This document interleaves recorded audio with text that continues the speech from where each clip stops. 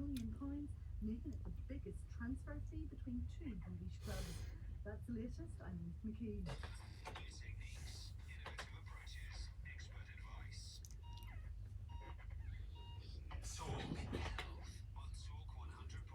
Yes, it's 1 o'clock on the dot. Actually, it's 1 o'clock. Usually we start around one or one like that. But today it's 1 o'clock, right on the dot, and we have with us Dr. Shah Imran from SHAMS Medical and Diagnostic Center in Sharjah. This is Talk Health.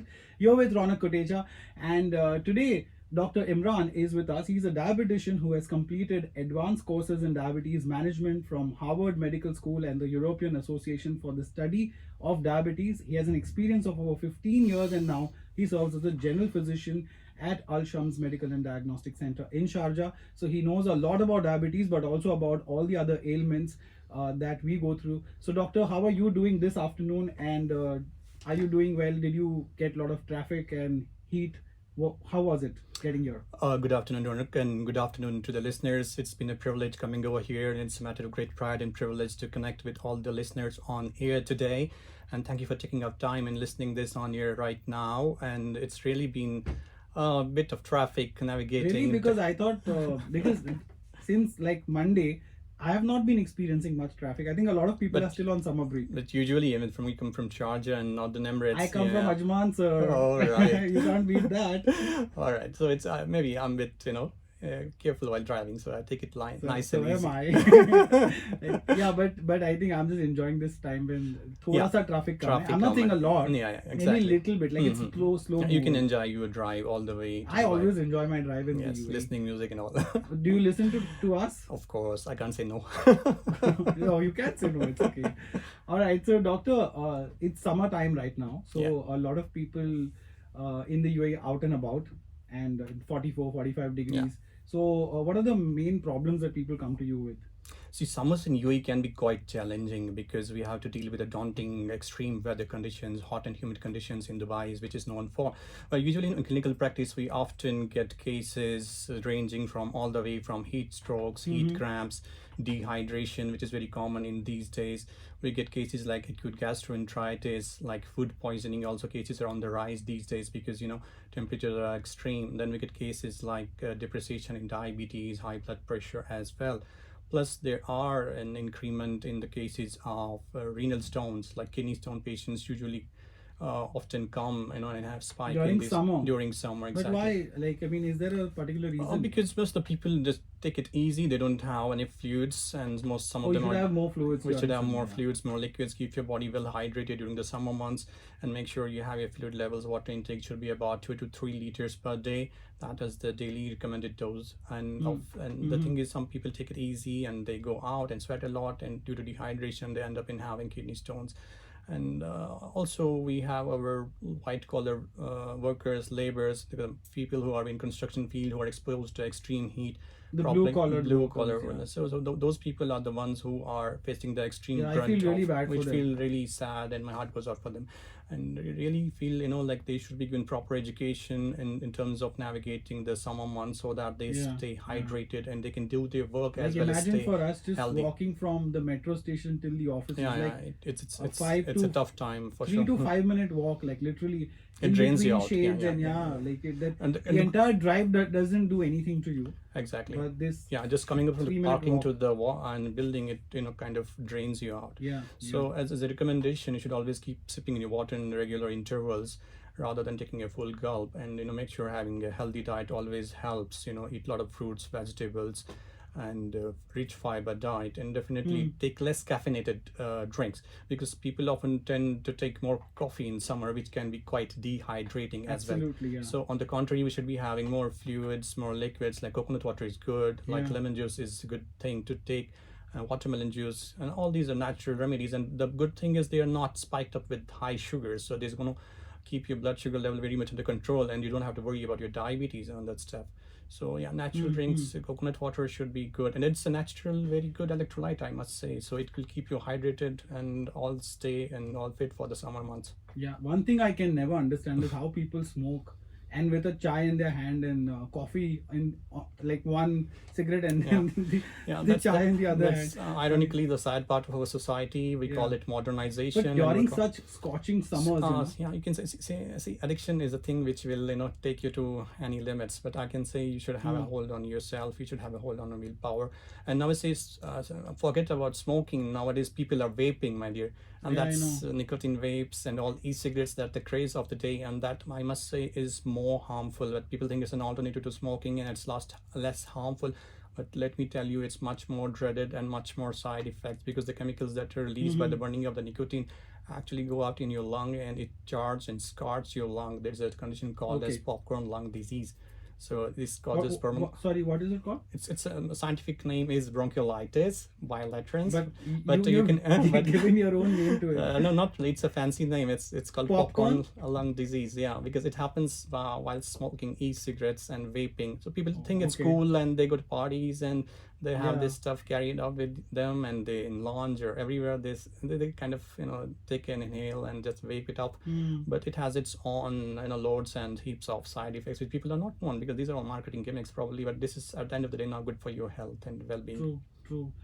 Doctor, when it comes to eating during summers, what do you suggest? Like, in I'm not saying fruits and all, in your daily meals, like. See, in general, should we eat less? No, that's easy. Everybody has a different metabolism, so every person's metabolism and dietary intake is different. So whatever calories which are required for me are probably different for a man who is like 90 kgs or 100 kgs or more. So the thing is, the basic the gist of the talk is we have to eat a very well balanced, a very well nutritious diet, rich in fruits, vitamins, minerals, and with a lot of fluids. And we should be avoiding during summers, I can say, spicy foods, which we as in subcontinent are very fond of, like oily stuff, fried foods, and all that cheese items and loaded with ghee and tail. So that's going to make the things quite worse. Sir, humko bolte, sir, everybody, even the Westerners, they love all that, like they love the burgers and the pizzas and what have you, the steaks and everything has a lot of oil. But I think we are the most badnaam when it comes to eating. Yeah, exactly. You can say it like that. Because we really, celebrate our food. Because we love our food. From Indian subcontinent, you can say we are very and such variety. Food junkie. We really have a rich heritage of having a very wide variety of food and culture, and we really, enjoy. Where are you from? Basically from Delhi. So I started in Delhi, part in Delhi and part in UK. Oh, you're partly in UK. Okay. Yeah, so I did my master's in diabetes from UK Wales University, Cardiff, and I'm here in Sharjah in SHAMS Medical and Diagnostic Center for the past 15 years. Wow! So you haven't changed your job ever since. It's been quite a journey, and it's like a family, So you don't change your family, right? No, not at all. And the things are very comfortable. I love my patients. I love my job. So it's like a good place. It's so rare to somebody to say that. But for doctors, of course, you should say it more often. If you don't love your job. Because I'm very much it's a problem. Because I can say I'm very much connected with my patients, and I often get to talk with them online, on a phone, on a WhatsApp. Just keep on like asking them about their well-being, about how was the last treatment, about how was the last dose of insulin, how much it is now. You monitor everything for each and every patient. Kitne patients not each and every, but majority of the patients. But kitne generally patients को आप treat कर लेते हो? Per day we can say 60-70 per day. Per day you see 60-70 patients? Yeah. Oh my god, okay, that's a lot. Okay, doctor, a lot of questions are coming in now. Yeah. Loveleen has asked, we'll just take one question and we have to go into a break. And my friend Mohsin is also here, he's a regular listener, so he's saying something. But I'll make him wait because he can listen to the whole show, otherwise he'll go after this link. Okay, there's one more now. Wasim is asking. Again, Loveleen's question has gone down. It's like, can people with low BP suffer stroke? Not exactly, but it depends on their other conditions as well. If they have high cholesterol, if they have any pre-existing comorbid conditions like hyperthyroidism, so still in the conditions they can end up in having a stroke, or if they have already blocked arteries or something, so even in low BP they can end up in having a stroke. So it's a holistic approach, a whole tailor-made approach. When we see a patient with stroke, we have to monitor his blood pressure, their cholesterol, their blood sugars. So in all, everything has to be a very holistic approach. We cannot just treat one disease and then forget about the other things. So even people who have low blood pressure, as it is said, can be at a very high risk of heart stroke because of a family history. If somebody's father is having a family history and they have in their lineage a genetic disease which often precipitates in terms of an heart attack. So they should be careful in spite of having, they should get regular blood checkups, regular investigations, keep themselves well versed about their conditions, and take some preventive measures like statins or something like that, which will help and prevent the long-term side effects and long-term debilitating diseases. I hope, Loveleen, you got your answer. We've got a lot more other questions. Of course, there's Mohsin Punjabi, there's Basim, there's Amy, Vidhi, Aman, Kajal, Radhika, Zarina. All of these people have asked questions. So, Most welcome. guys, stay tuned. We'll slip into a short break right now. But if more questions are coming, we have full 1 hour with Dr. Shams. It's Dr. Shah. Dr. Shah, sorry. Al-Shams is the medical center where you practice. So, I mean, since it's the same thing, don't worry. Same thing, because you've been there for 15 years, I think. Exactly. So 0586861003 is our number. Take advantage of doctor's time over here. It's all free of cost for you. Definitely. All the consulting that we do on the show today, so stay tuned.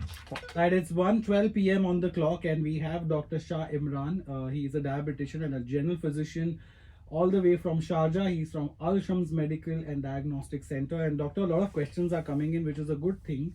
A lot of people have tuned in, so let's just take their questions. Yeah, sure. My questions can wait. So Wasim is asking, I often hear about the good cholesterol. What is it, and how can it improve my total cholesterol levels? Yeah, let's just get this off the table. Yeah, good cholesterol or bad cholesterol, kya hota hai?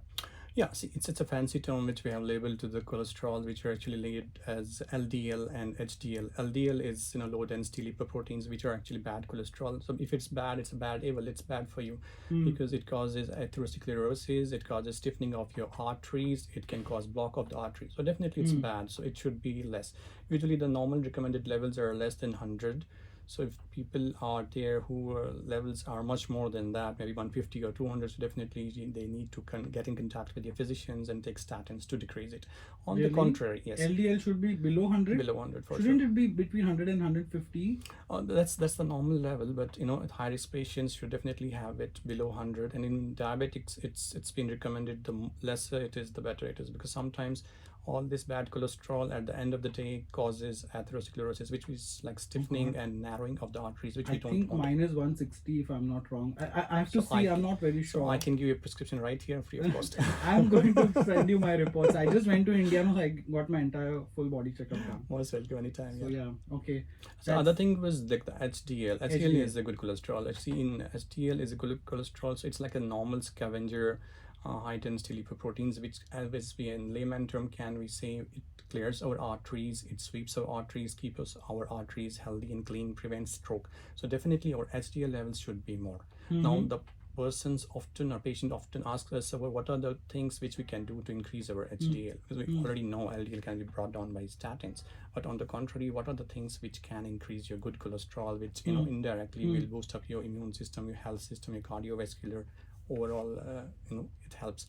So the first thing is a regular exercise. Even the AD, American Diabetic Association, recommends 30 to 45 minutes of per day exercise 5 days a week. You don't have to do it for the entire 7 days.